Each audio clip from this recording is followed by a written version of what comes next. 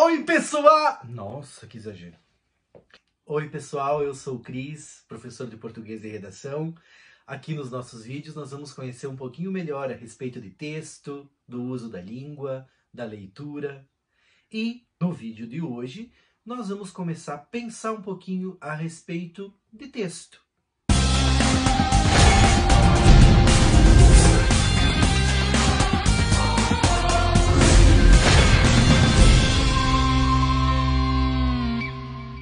Muitas vezes nós não paramos para pensar o que é um texto de verdade. A forma como nós usamos a língua para comunicação, a maneira como nós conseguimos ou não organizar as ideias. E para isso, nós precisamos partir de um ponto que é extremamente importante. Nós precisamos, antes de mais nada, imaginar que a comunicação, a interação entre as pessoas acontece por meio da língua. Mas não são usos soltos, a gente não usa a língua unindo uma frase aqui, uma palavra lá. Não. Os usos da língua acontecem em situações de interação, em situações comunicativas. E dependendo de cada situação, nós fazemos uso de uma modalidade diferenciada desse sistema de comunicação. Esses sistemas diferentes que nós utilizamos justamente para garantir a comunicação, nós chamamos de gêneros textuais. Esses gêneros de texto funcionam de maneiras diferentes de acordo com a esfera de comunicação, a nossa esfera de atividade. É aquele grupo de interação que nós temos. Às vezes, determinadas formas de uso da língua funcionam melhor em algumas situações, outras vezes funcionam melhor em outras situações. Por isso, vale que a gente pense o seguinte: independentemente da forma, da situação, dos interlocutores que nós temos, os gêneros funcionam a partir de 3 elementos. Sempre que nós usamos e organizamos a língua para nos comunicar, nós lançamos mão, nós mobilizamos aí 3 elementos básicos. Primeiro, nós sempre abordamos de uma maneira recortada, de uma maneira delimitada, algum tipo de assunto.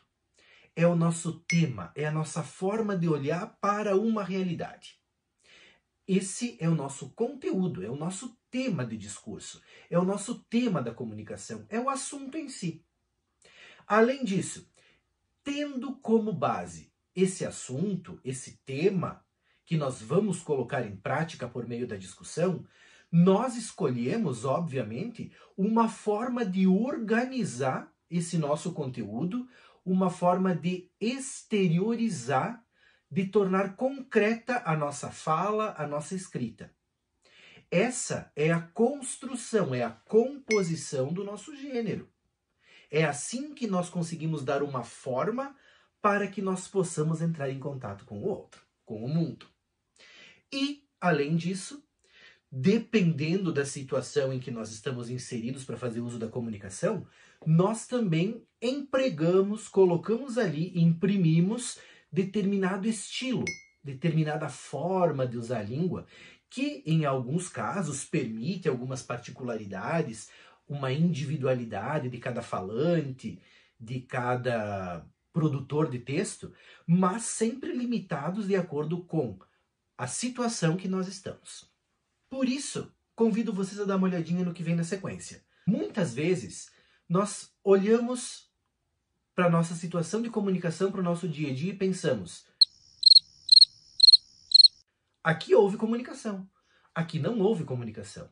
Não consegui estabelecer comunicação, não consegui interagir por meio da língua. E aí, nesse caso, nós pensamos: se esses gêneros que são compostos por um tema, um assunto, uma estrutura, determinado estilo, são utilizados para a interação nas situações de comunicação, a forma prática de uso da língua são os textos. E o que é que faz com que um texto seja um texto de verdade? Dá uma olhadinha aí. Geralmente nós, como leitores, produtores, interlocutores de texto, não paramos para pensar numa questão muito relevante: o que faz com que um texto seja um texto de verdade? O primeiro elemento que deve ser levado em consideração é coerência, coesão. A ideia de coerência tem relação direta com o sentido que é produzido pelo texto. A coesão tem a ver com a presença de marcas no texto que fazem com que esse sentido apareça. Também indispensável, qual é a intenção de quem produziu o texto? O texto é aceito pelos interlocutores? Também, a situação comunicativa em que o texto é veiculado é uma situação adequada para aquele tipo, para aquele gênero textual? O volume de informações apresentadas no texto é suficiente para fazer com que o sentido apareça? E, por fim, quais são as associações que o texto me permite perceber? Será que está muito chato isso? Quantas vezes nós olhamos para um texto, lemos, ouvimos alguém falar alguma coisa e pensamos, nossa, mas isso não faz sentido. Isso é a coerência. Perceber na leitura, na audição, se aquilo com o que nós entramos em contato significa alguma coisa para nós. E muitas vezes os textos não significam, eles não são coerentes. Por quê? Essa é a questão. Pensem comigo. Leio um texto e me pergunto, ele faz sentido? Ok, faz sentido. Mas um texto faz sentido por quê? Porque ele tem a ver com as minhas experiências de vida? Porque eu mobilizei conhecimentos anteriores que me fazem perceber a realidade daquela situação? Porque eu já ouvi falar alguma coisa? Porque eu consegui fazer uma reflexão e identifiquei qual era o significado daquela formulação toda? Um texto faz sentido, ok. Eu identifico, eu sei, fez sentido. Mas por que fez sentido? Isso é importante eu pensar. Por que para mim os textos significam alguma coisa? Quando eu leio, quando eu ouço e principalmente quando eu produzo. Quando eu falo, quando eu escrevo, eu também sempre estou preocupado com faz ou não faz sentido para o meu interlocutor, a pessoa para quem eu estou escrevendo, com quem eu estou falando. Né? E a coesão é o outro lado dessa mesma moeda do sentido. A coesão tem a ver com aqueles elementos bem concretos, com algumas palavras, com algumas trocas, com alguns engates que nós utilizamos nos textos para fazer com que esse sentido apareça. Muito bem, falando de coerência e coesão, nós estamos falando de um sentido puro do texto, sem levar em consideração alguns elementos que vêm de fora. E são 5 elementos que vêm de fora que me ajudam a perceber como é que os textos funcionam numa situação comunicativa. Sempre levando em conta aquela questão que eu já comentei com vocês. Tema, estrutura e estilo. Aí vejam, primeiro elemento que eu devo levar em consideração na hora de fazer a análise de um texto para identificar se ele é de verdade um texto, é esse aqui. A ideia de intenção. A intencionalidade. Entro em contato com o texto, ouço, leio e me pergunto, qual é a intenção de quem produziu esse texto? Neste tweet aqui, por exemplo, do padre Fábio de Mello, ele diz assim, o ser sonolento e tropeçante que há em mim saúda o ser desacorçoado e abatido que há em você. Lá no Twitter, com certeza tem alguma intenção diferenciada. O padre não está falando aquilo na missa. Lá ele não teria essa intenção. Aqui no Twitter, qual é a intenção do padre ao brincar com essa ideia do namastê, né? A divindade que habita em mim saúda a divindade que habita em você. O ser sonolento que há em mim saúda o ser abatido que há em você. Por que dizer isto? A intenção, provavelmente, é fazer uma brincadeira lá no Twitter, utilizar uma linguagem menos formal, fazer uma espécie de... 1 hora depois. 2 horas depois. Fazer uma espécie de quê? Quando o Fábio de Mello posta um tweet como esse, ele tem uma intenção. A intenção é provavelmente brincar com os seguidores que ele tem, manifestar uma ideia de cansaço, de abatimento, de sono. A gente que conhece um pouquinho melhor os posts dele, sabe que muitas vezes vem permeado dessa ideia de cansaço, de estar se arrastando, como todos nós ultimamente, né? Mas é isso. Essa é a intenção. E quando eu percebo a intenção da produção de um texto, eu certamente consigo apreender um pouquinho melhor a questão de qual é o sentido que esse texto tem. Se por um lado existe toda uma intenção, um esforço de quem produz o texto para manifestar um sentido, por outro lado, quem recebe, o interlocutor desse texto, também faz um esforço para atribuir sentido para aquilo. Vejam agora comigo essa publicidade que foi veiculada pelo governo federal do Brasil. Aqui, isso faz já uns 4 anos. Olhem comigo. Na publicidade, aparece uma mulher com um cachorrinho no colo e, claramente, com letras bem chamativas, está escrito: quem resgata animais na rua pode matar. Aí eu penso, nossa, se eu resgatar um animal da rua, eu tenho o direito de matar o animal. Primeira coisa que me vem à cabeça quando eu leio algo assim. Mas essa publicidade não tinha essa intenção. Porque logo abaixo, com uma letra muito miúda, está escrito assim: não use celular ao volante. Gente boa também mata. A intenção aqui realmente é nobre, é muito bacana.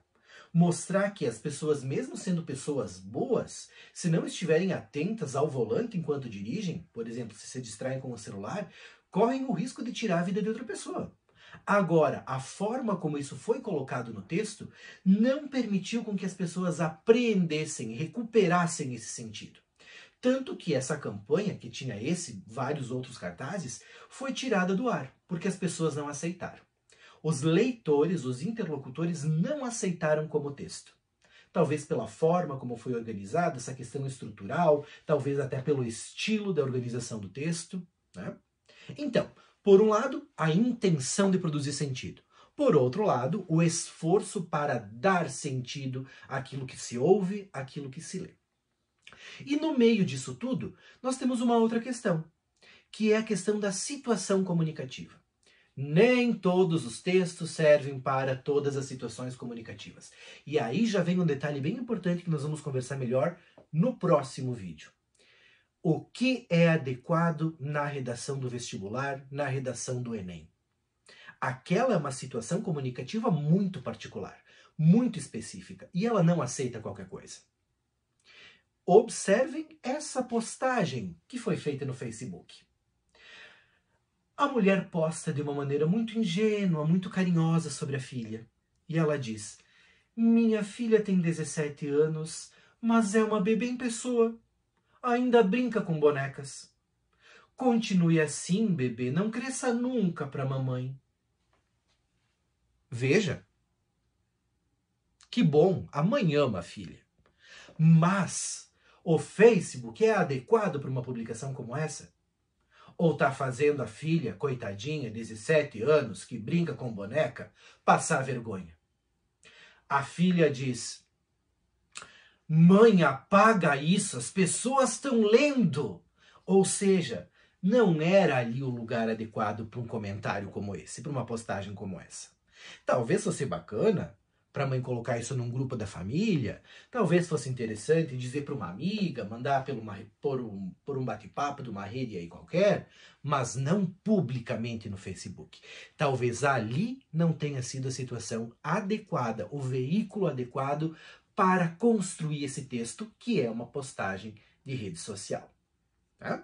Então, retomando, até agora nós vimos que um texto, para ser um texto, precisa ser coerente e coeso, ele deve manifestar claramente a intenção comunicativa, ele deve ser aceito pelo interlocutor e deve aparecer numa situação, ele deve se configurar numa situação que seja adequada para ele. Além disso, existe toda uma questão de informatividade. Um texto, para que seja um texto de verdade, precisa ter um volume de informações suficientes para que aquela pessoa que entra em contato com ele realmente consiga dar algum significado. Quando eu vejo algo do tipo: há vagas, oportunidade de emprego. Se eu vejo algo assim, solto numa rede social, por exemplo, eu me pergunto: Há vagas de emprego onde? Quem oferece? Quais são essas vagas? Que tipo de emprego é? Existem alguns requisitos ou não? É para algum tipo específico de profissional ou não? Nada está claro.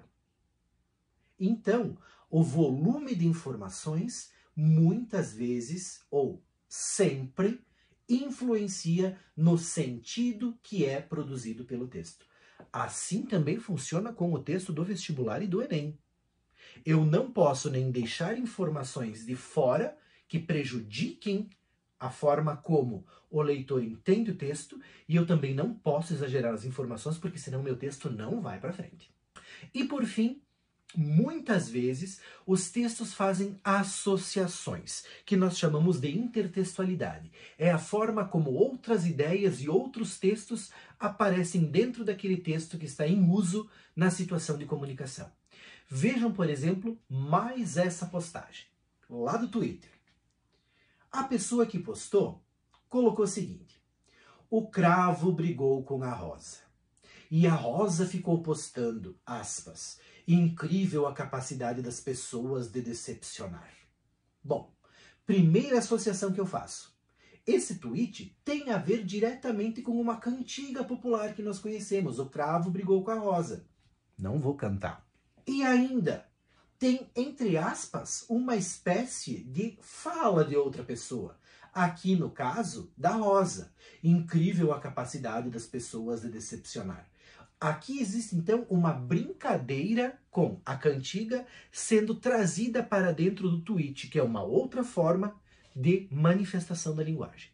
Agora vejam, o que isso significa? Faz sentido? Qual é a intenção? Eu leio esse tweet, eu aceito esse texto lá? É um lugar adequado para uma brincadeira, para uma postagem, para uma crítica como essa? Tem informações suficientes? Eu faço toda uma análise e eu identifico. Isso é ou isso não é um texto. Então aí estão 7 fatores, 7 elementos que fazem com que texto seja texto.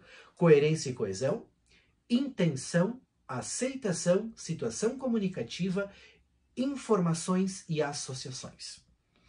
Até agora, nós vimos então que textos funcionam em determinadas situações de acordo com a esfera, de acordo com a nossa localização, de acordo com a nossa posição em determinados espaços de convivência e interação social.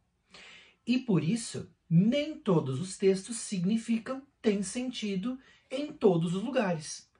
Por exemplo, um texto como este meme aqui não funciona em todos os lugares.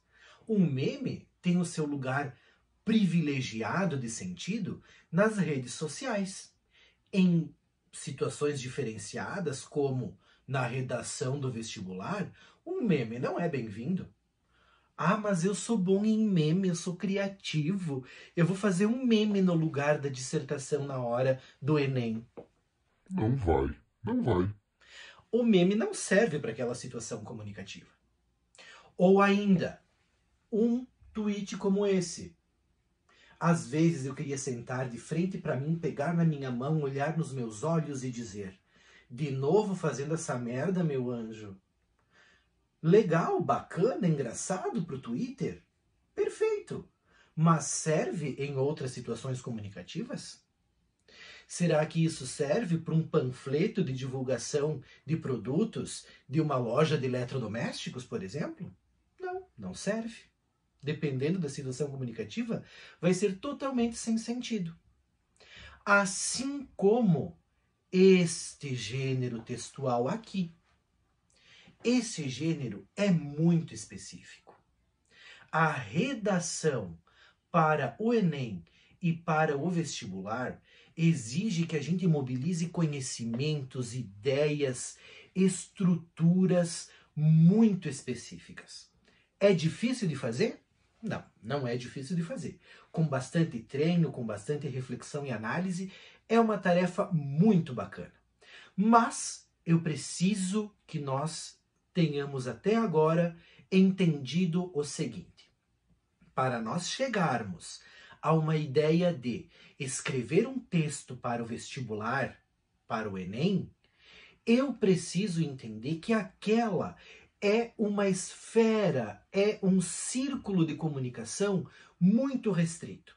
E dentro dessa situação comunicativa, eu posso utilizar um assunto específico, que sempre me é dado pronto, não sou eu que escolho, que é o meu conteúdo, meu tema. Eu preciso, nessa situação, utilizar uma estrutura de composição, uma organização formal bastante particular, bastante específica também, e nós vamos ainda conversar sobre isso, provavelmente no próximo vídeo, e empregando um estilo que também esteja em harmonia com aquela situação. Só para dar um exemplo, não é um texto humorístico que eu vou fazer, eu não faço piadinha no meio do texto, eu não fico conversando com quem está avaliando o meu texto. Existe um estilo muito próprio de linguagem que a gente utiliza na redação do Enem. E ainda, preciso entender no momento que vou fazer o meu texto, que eu começo a pensar em redação de Enem, eu preciso pensar que eu, como produtor do texto, tenho uma intenção. O leitor do texto vai fazer um esforço para aceitar aquilo como texto, para resgatar algum sentido. Eu preciso entender que a situação é específica, dentro daquela situação de avaliação. Eu preciso mobilizar um volume adequado de informações para realmente conseguir projetar aquilo que eu gostaria. E o meu texto precisa ter associações com o mundo, com o contexto, com outros textos. É só dessa maneira, mobilizando todos esses elementos, que o meu texto para o Enem, para o vestibular, realmente vai ter sucesso. E é claro que vai ter. Eu conto com vocês para, no nosso próximo vídeo, entender um pouquinho melhor a respeito dessa dinâmica toda da escrita do texto. Nós vamos conversar bem pontualmente sobre tudo que deve estar envolvido e a forma de organizar esse texto para o Enem e para o vestibular.